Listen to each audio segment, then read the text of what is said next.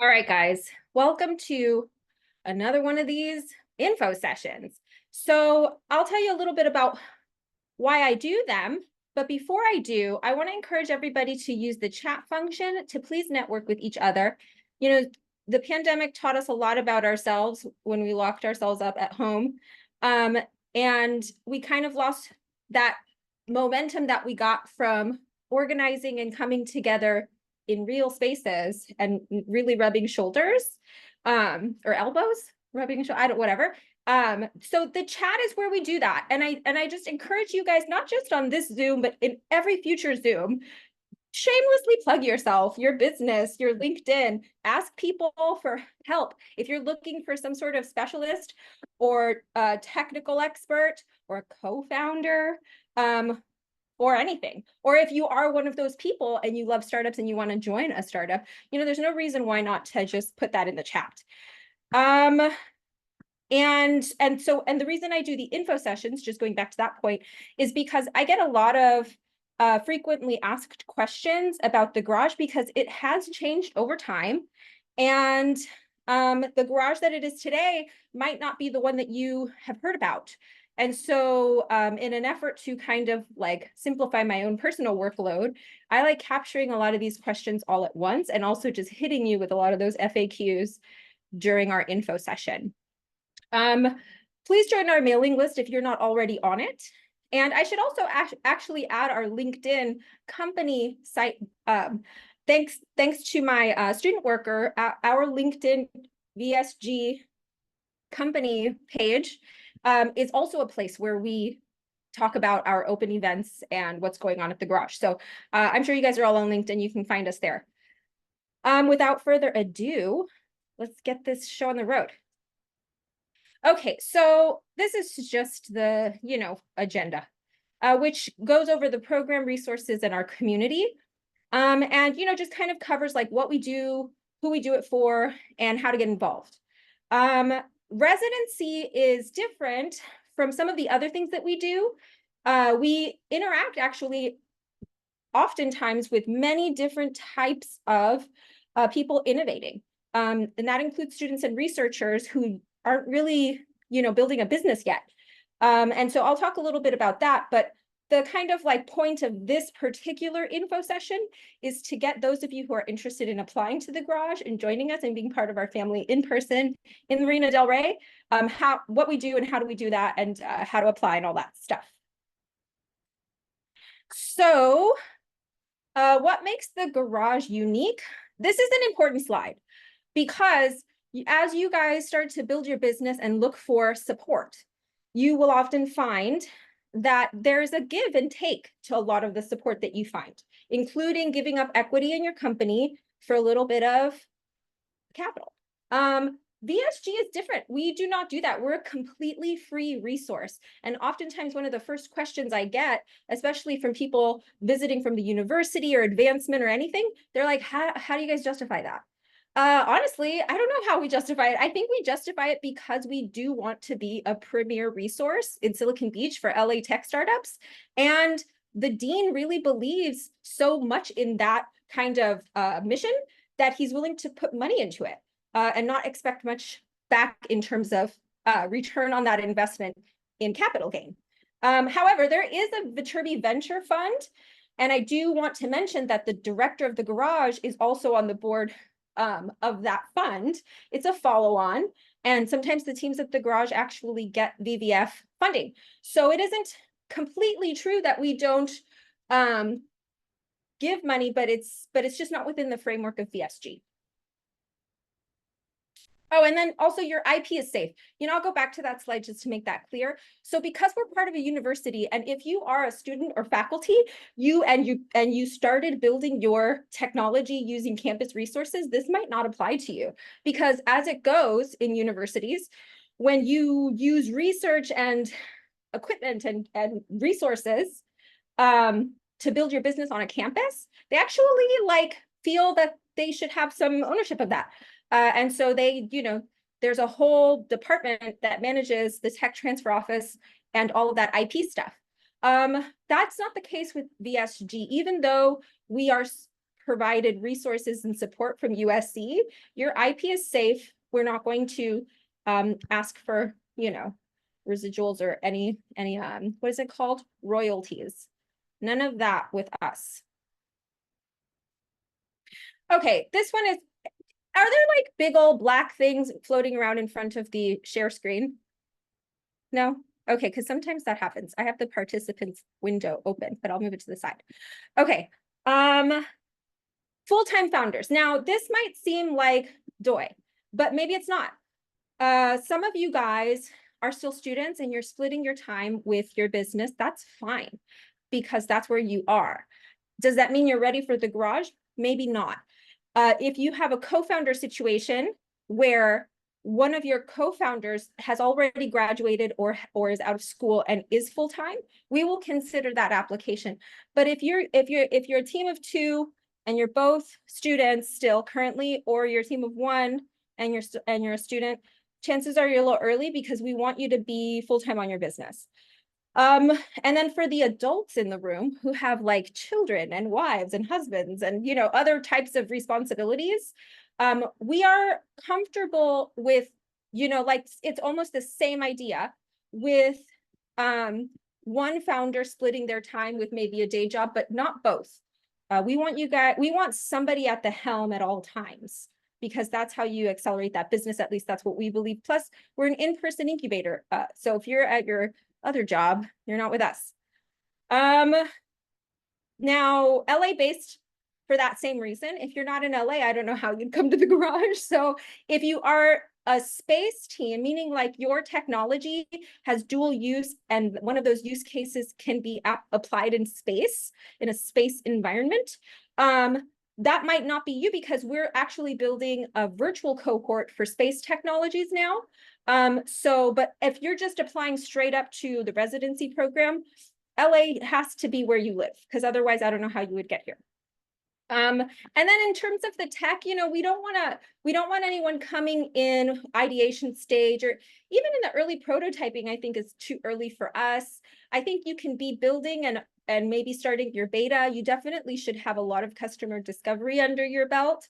And technology has to be enabling that product. It's got to be at the core of what it is that you're doing. The type of technology, it could vary. Sometimes we do real deep tech stuff, or we invite real deep tech teams to join us. Other times we take, you know, B2B SaaS companies where the technology is pretty shallow. And we like actually a nice round group of different types of technologies and founders for a lot of different reasons, mainly just because I think it actually helps founders think in ways that aren't, you know, similar to what they would naturally do. Okay, so also early stage. So like in terms of funding, we are happy to take teams pre-seed, but we also take seed teams, and we take teams that are raising their Series A fund. So kind of that's the big range. And again, we like to have a variety for reasons of kind of diversifying the cohort so that topics and conversation aren't, you know, wind tunnel-esque. This is a big one. USC affiliated, not necessarily. We do not require USC affiliation, which means you don't have to be an alumni, you don't have to be a faculty, you don't have to be a staff, you don't have to be associated with the university at all. But obviously, because we are supported by USC, we want to help those people out, and we prioritize those applications. So definitely mention it in your application if it's the case. And then the last one is more kind of like a culture fit. We like people who are coachable and interested. Our teams, they come in, and, you know, the founders are kind of like a little island in and of themselves. And as they build their team, even that team can be a little bit of an island. And so, you know, the point of the garage is to help all of these different islands come together and, I don't know, like Pangea those groups. And so that you kind of feel not alone while you're building your business early stage. And which requires you guys to be vulnerable and honest and open, and also have the ability to hold others accountable, but in a way where it's coming from a good-natured, supportive place. So, you know, that's kind of like what we like culture-wise at the garage. And how do we accept? We do 2 cycles per year. one in the spring and one in the fall. And by spring, it's like school spring and school fall, because sometimes people are like, what do you mean spring? We do basically like April, May, and October, November, if that helps. And we take about 5 to 6 teams per cycle, so that we have about 10 to 12 teams incubating with us at the garage at any given time. We review those applications and we do Zoom interviews for the candidates that we like. And if you don't get in the first time you apply again. It'll only be 6 months out. And if you can kind of like prove to us application after application that you're dedicated to your business and we're seeing those growth milestones and you achieving what you set out to do over that time, that is gold when it comes to application review, because now you're showing us that you have what it takes. And that's really important, actually, to how we make decisions. Now, I think the next one is gonna, okay, what we do and don't do. This one I had to add, because, and this is not because of you guys. This is because on campus, people were confusing a lot of students and faculty and also other teams about what the garage does. So then we needed to kind of preemptively strike so that we don't get anybody confused during applications. So we give you office space. We provide a ton of resources that the university provides us. And that goes in like alumni and investment. So like we're talking about specialists, people who can open doors for you, and potential investment opportunities through the alumni. We also offer you unique opportunities on campus that are open to teams that aren't necessarily USC affiliated. But we also have access to students and researchers to kind of help support you, your technology, and your business along. And then, of course, we have some partners that we provide some of those more expensive resources that you guys can't necessarily afford early on, like legal advising and things like that. You know, what we don't do is provide you like a tech expert to join your business. And I understand why that would be something that people would think, because, you know, we're associated with Viterbi, which is an engineering school. And, you know, like if you're a business person and you're looking for your tech co-founder, you'd think like, oh, perfect place, Viterbi Startup Garage. They must have a ton of people like that. You know, honestly, it's just as difficult as, you know, any other type of relationship development to find good technical support at that level in terms of like co-founder or tech leads. We definitely help with that process in terms of where to look, you know, how to vet, all that stuff. But we don't have like a repository of experts that we're matchmaking and helping you guys do that. That really still just kind of falls on you guys as founders. There's a couple founders at the garage right now trying to do that. Okay, so before I go into programs, does anyone have, there's like a chat going on, but hopefully it's just you guys introducing yourselves. It is. Does anyone have any questions so far before I start talking about programs and stuff like that? And I'm pretty like chill to just, you guys just shout out and stop me. Okay, so I'm going to move forward. The programs that we offer at the garage to teams are, you know, it basically takes into account all of the different unique needs that, you know, teams have at any point in their development. So Founder Circle is like straight up group therapy community work, meaning, you know, I facilitate it and it's definitely structured to provide you some sort of accountability for your goals. I have teams submit OKRs every quarter. Those serve as the kind of foundation for Founder Circle, so that we are asking questions and hearing about what you're doing to make sure you're tracking towards your objectives and key results. But it's also where we ask each other questions and ask for support, or just celebrate our wins, or like pat each other on the back or hug each other during the tough times. So that kind of founder community, I think, is hard to develop organically on your own. And there are a lot of kind of events where you can try to find your people, but this is kind of an in-house cultivated family event that really does, when you're in / even out of, once you've graduated the garage, you really do get a community of people who understand you, understand your business, support you, support your business, and you get to leave with that.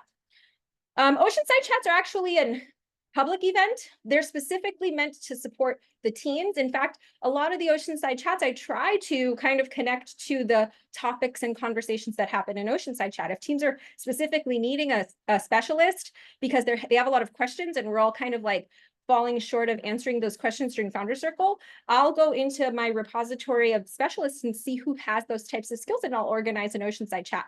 So when that's not the case, when there's no clear indication of like Oceanside chat needing to directly resolve Founder Circle issues, then I just invite openly anybody who's interested in waxing poetic on their skill set. And it's super popular. And again, those are open to the public. So whether you're in the garage or out of the garage, you get to join us for Oceanside chat. As I mentioned earlier, our legal clinics, they happen bi-monthly. And we are supported by Stubbs Alderton, a man named Kevin DeBray. He's been with us for a really long time. And I mean, lawyers, they have reputations, like a lot of service providers do that are expensive, that, like there's a catch or there's, it's tricky. He really is a free resource. He's not trying to get your business. He comes in and sits with us and he will answer your questions regard whatever it is. What he won't do is like sit down and do legal work for you, because that would be a conflict for him and his profession. But what he will do is support and answer your questions, and even put on special presentations to kind of deep dive on any topic. And we actually have a video repository that's private just for the teams of a lot of those topics that he's already gone through. He and I have been discussing kind of putting a little bit more into that program, into the legal clinic. And I'm excited. It's a big leap from where we are now to where we're going. So it's going to take some time to build that out. But basically, he's excited at the opportunity to do a business audit with teams as they come in and really just kind of check under the hood and make sure that you guys aren't making huge mistakes in what you've already done legally with your business. Which, again, talk about invaluable. I don't know how to do that. Most of the time, founders don't know how to do that. And for him to be able to do that for us is really great. VC Angel office hours are, it's not meant to be like, hey, let's get our team some investment. It really is to help you guys get better at your pitch, and for people to look at your deck and to basically tell you all the things you're doing wrong, so that when you do go out and fundraise, you've already kind of addressed a lot of the biggest issues in your pitch and presentation. There are many relationships that come out of VC Angel office hours. I don't track them very well, but they happen, and it is still an introduction to a bunch of investors. Usually, okay, so they happen once per quarter, and we have about 15 investors that join us, and they vary from time to time. And they basically have 20 minutes with each team. ISI Tech Exchange. So VSG is actually positioned pretty perfectly, not just in the marina and overlooking the ocean, but also in the Information Sciences Institute building, which is basically, institute of research at USC that studies every type of technology. Like all of the types of technology are studied in this, I think it's like 12-story building, 13-story building, something like that. And ISI takes up all of it. So the Tech Exchange is really our opportunity to engage with those researchers, to ask the type of questions that are useful to us and our businesses, that maybe they can help us better understand. A big example, and it's kind of still going on today, is like AI, and how companies can leverage AI, or whether it's feasible or important for them to leverage AI as they build out their business. They know all about it. They've been using generative AI for many years, long before it was public. So we've already done a chat like that, and it was really eye-opening. Most of it revolved around the ethics behind it. I think politics are starting to catch up to that. And then Summer Smasher is our student-facing program where we invite students to come and do project work for teams for 8 weeks. It's actually just starting right now. I did an info session for Summer Smasher yesterday. It is by far, and this is just through feedback, the most beneficial program out of the garage. Where Founder Circle gives you friends, Summer Smasher gives you validation and support that you can't pay for. Like technically you can't pay for it. These students are highly qualified students to do real help, real projects. And as soon as they graduate, you couldn't afford them as an early stage startup. I mean, it's just the truth. But these students are like specifically interested in startups and wanting to kind of start at ground zero, but where they can apply a lot of their skills in a way that is really meaningful for a business. So that's a really great program. I keep talking about last year because it was really crazy. We had like 450 applicants and we ended up doing 98 projects for Summer Smasher, which was insane. And you guys can like go on VSG's YouTube and watch a little bit about how Summer Smasher goes. We do a student showcase at the end, and it's just great to see what the students can accomplish in 8 weeks. My experience with Summer Smasher. Oh yeah, Yasmin. Honestly, it's just so great. Did I just do 2 in a row? I did. My finger slipped.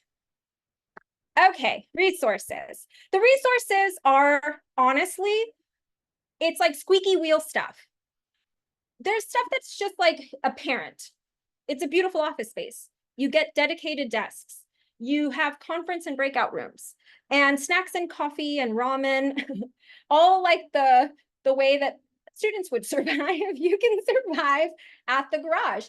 And I think I should mention it's 24/7 access.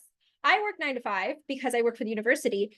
Founders don't do that. You guys work, I don't know, all day long or whenever you have the time. So that could be on the weekend. That could be in the middle of the night.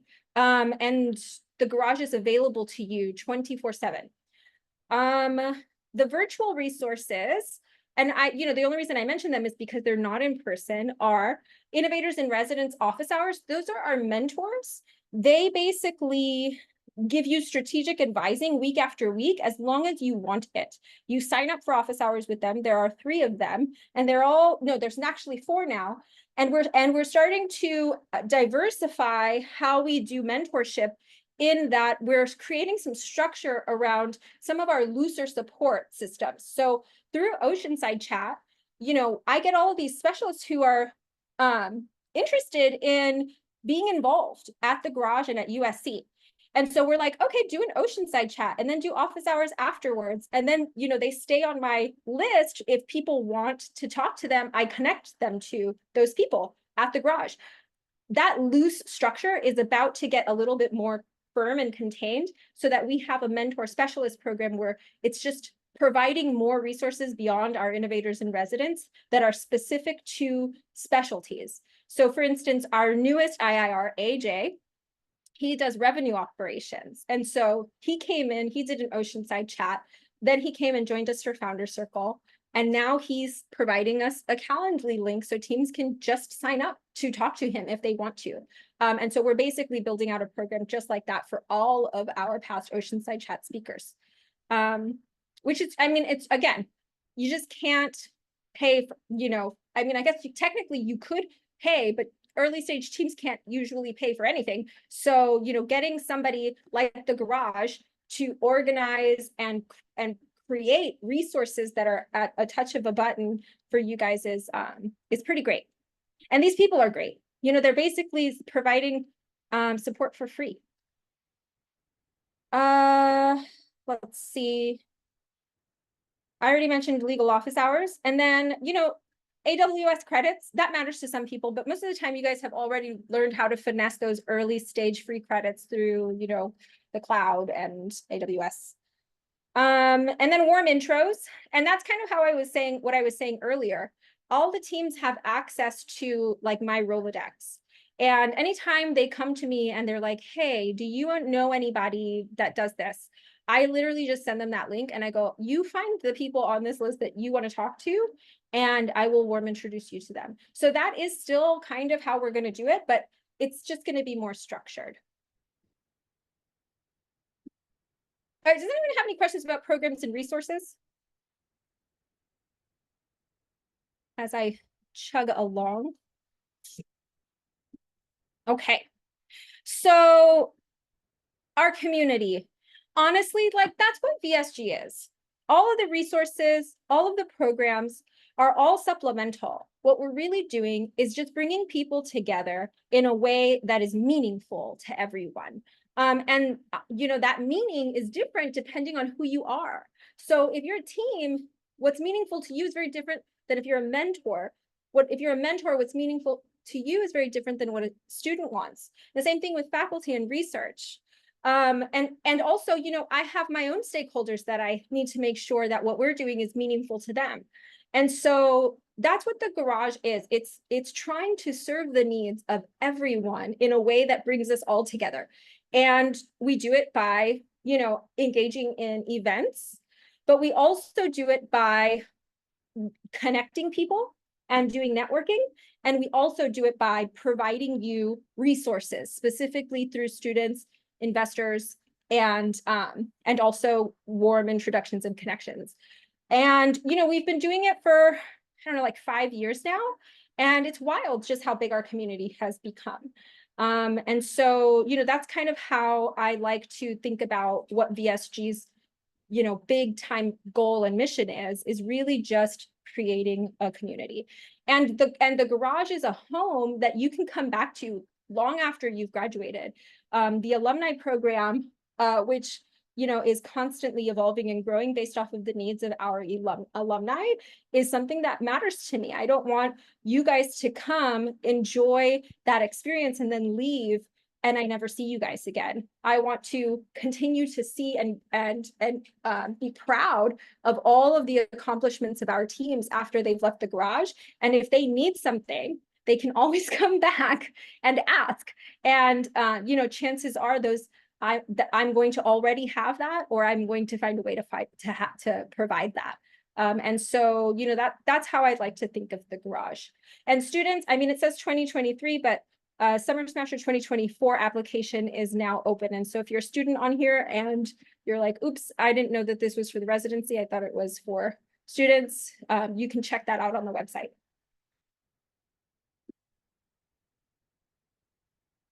Okay. Oh, the deadline shifted. I did not update it. It's now April 7th. And the kickoff is probably going to be early May. Or it could still be late April, depending on if we can really shove the application review portion of it along fast.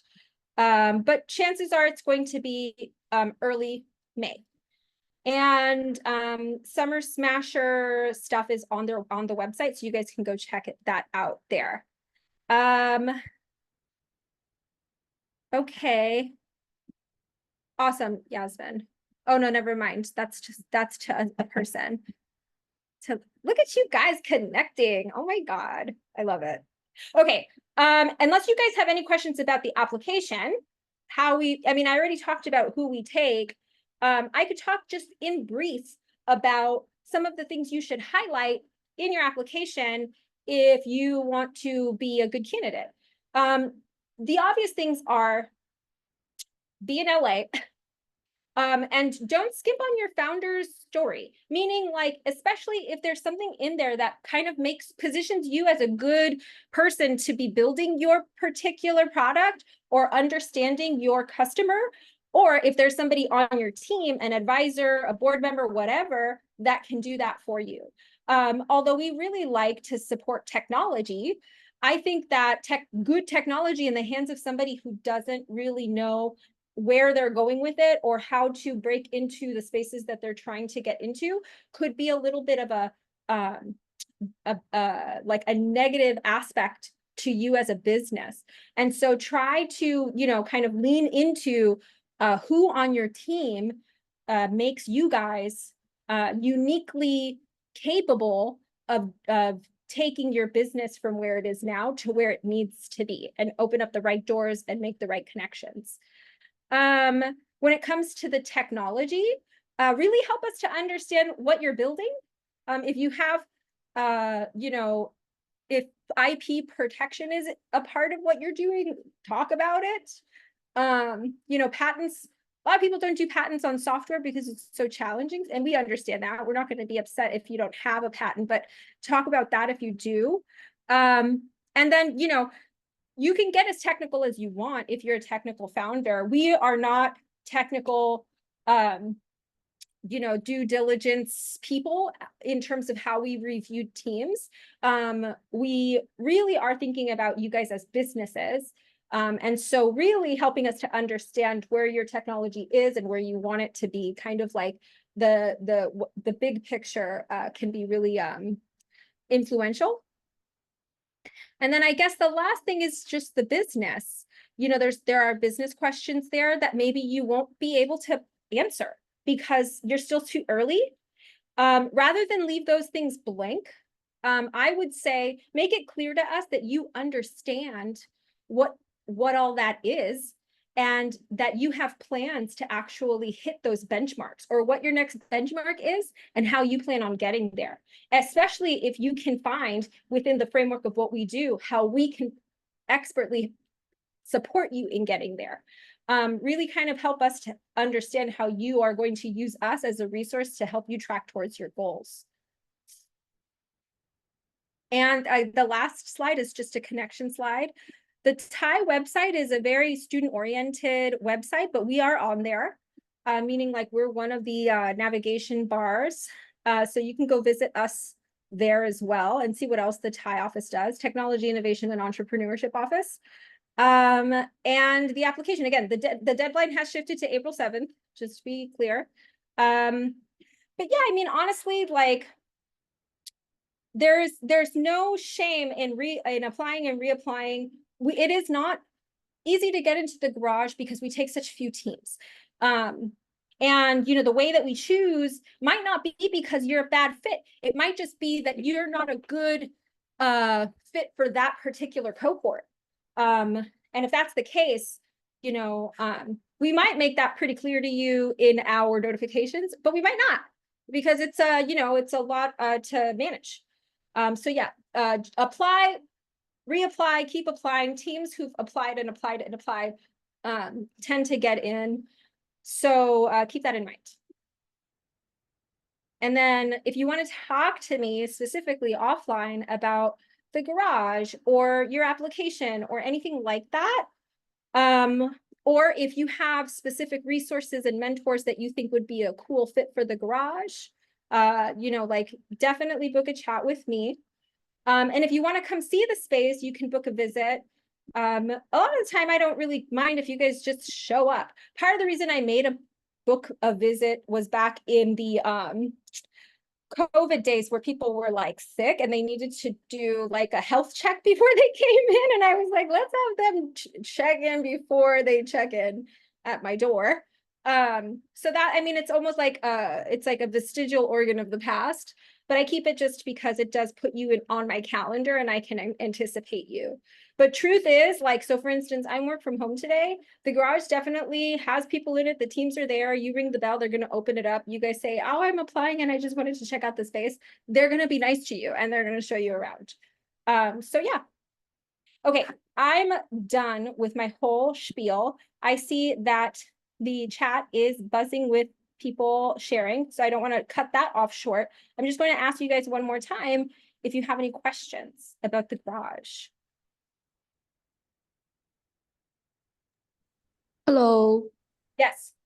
Could I ask, as I am a current Marshall student and I am exploring like job opportunities in Viterbi Garage, so I was wondering, like, is there any ways that I could like learn more about the potential job opportunities and like keep update about those information? Thank you. Yeah, thank you. So obviously the Summer Smasher is our kind of formatted program for just that. But the summer is only one part of the year, and some of you guys are looking for actual paid opportunities because Summer Smasher is not paid. Teams are looking for you too.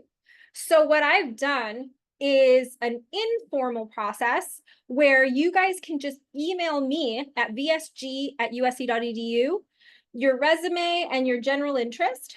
And what I do is I bop it into our Slack channel. We have into our Slack, we have a channel called Opportunities. And teams usually will throw in their job postings in there, and I will toss in students that kind of come in through my inbox. If you participate in Summer Smasher, you get invited to join our Slack. And so you live on our Slack indefinitely. And so you can then use that opportunities channel to like look for opportunities and join. But it is kind of an internal system. So as an outsider, you just have to come through me. I'm not really a gatekeeper because I'm not trying to review who you are or what you're interested in. I'm just a gatekeeper in that you pass it to me and then I toss it in that channel. So, and then I'm trying to get to a point where I'm no longer busy doing some things that I'm overwhelmed with now, so that I can focus on, when we come back in the fall, actually doing career fairs or a career day at the garage where our teams can do pitches and students can come and bring their resumes and just do a little meet and greet. We'd all eat pizza and be happy together. So yeah, you can look out for that in the newsletter for the fall. I would like to do something a little bit more career oriented versus kind of project-based programming during the summer. Okay, thank you so much. So it's on vsg@usc.edu, right? Yeah, so like Viterbi Startup Garage. Okay. Yeah. Thank you so much. No worries. Great question. Any more questions? I have a question. So I know that in the beginning, I can't remember the exact wording, but it was something along the lines of like, you need to be at a certain funding stage or have some form of some funding or something like that. If you're pursuing dilutive funding, like in the form of grants, or maybe you acquired a business loan or some whatever form of non-dilutive funding, does that work? Qualify? We're not interested too much in your cap table or how you are funding your business. In fact, one of the most unique teams we had in this space was a not-for-profit team. And I was like, well, how the hell do I help you? And I learned how to help them. And so really, we're not, I think more than anything in terms of how we review application and funding sources is if you already have funding under your belt, meaning somebody has like done their due diligence and said, here, let me give you capital. That's a huge validating point for the mentor team when they review your application. So, because it basically means that somebody has vetted you a little bit before we vetted you and has suggested that you are worth the investment. So yeah, but we don't get into the weeds about the types of investments that teams have already made and with who. We do worry about some of those things as they are with us, because there's obviously ways that your cap table can either help or hurt you. But we have chats and talks about that, and Kevin DeBray, we can all kind of like jump into those conversations within the confines of the garage in like a private and safe way. Okay. And if it's okay, I have another question. So I know that you all are not taking solo founders, but what if, because I am a solo founder, I do have someone who, I'm a technical founder to an extent, but I have help, but they're not a founder. Yeah, I'll stop you for just a moment just to say we do take solo founders. It's just not our favorite type of situation for a founder to be in. I mean, and I would even venture to say that it's not, it's not so great for the founder either. Like it's not, because everybody wants to have that partner who is, number one, just like proving to them that they aren't crazy because you guys both believe in something, and by just association, obviously you guys both can't be, you know what I mean? Like there's just that moral and emotional, social emotional support. But also once you have that balance of like a tech and a business type of partnership, you really do have somebody to kind of chat out all of, you know, the decisions and strategic decisions that you make about the business. So, but we try not to be really hard line. If you're the right type of founder and you're building the right type of technology and you really understand the market and your customer, it would be foolish of us to overlook you, especially if you do have somebody kind of babysitting the technology that maybe isn't co-founder material yet, or isn't co-founder material, period. It doesn't mean that there's not a chance that you couldn't find that while you're even at the garage. Like I said, a couple teams right now have lost their tech leads. One of them was a co-founder, one was just a lead. And now they're in that place where they're looking to find that person again. Okay. So I don't think I really heard you speak about this, but in terms of like in that scenario, where the person is looking for a co-founder match, how do you all assist in that process, or do you assist at all? You know, sometimes your best friends in that process are founders who have experienced that themselves because they've gone through it. They've checked all of the resources. I know just from Founder Circle and from talking to founders that YC has a pretty good system in place. We have obviously connections to Viterbi talent, not just the students, but the researchers. But a lot, again, like we can open up those doors or like lead that horse to that water, right? That we can show founders, well, these are the places that we can help by putting you in contact with the right person. Or you can talk it out with a founder. But at the end of the day, you know, it's like a marriage. Like, no, you know what I mean? Like it's a lot of it has to do with you just putting yourself out there and participating in all of the different types of events and opportunities, and reaching out and making yourself vulnerable to find that perfect match. And like offline, Yasmin, if you want to talk to some of the founders who've done it successfully at the garage, like, and by successfully, I mean like they literally found their other person, and it's amazing now. It's almost like the business never existed without them. I can let you talk to them. In fact, one of them you might know, Laura from StyleBot. She was at the garage while you were there. Yeah, there's a couple teams that have successfully been able to do that. Okay, I will follow up with you about that. Yeah. Any more questions from the group?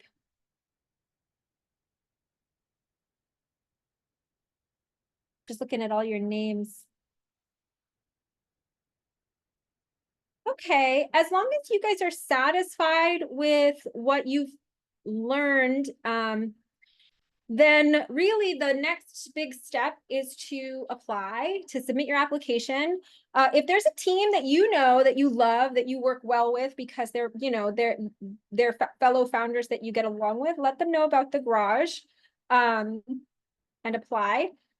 But yeah, I mean, the application, again, it closes April 6th and we'll be kicking off at the beginning of May.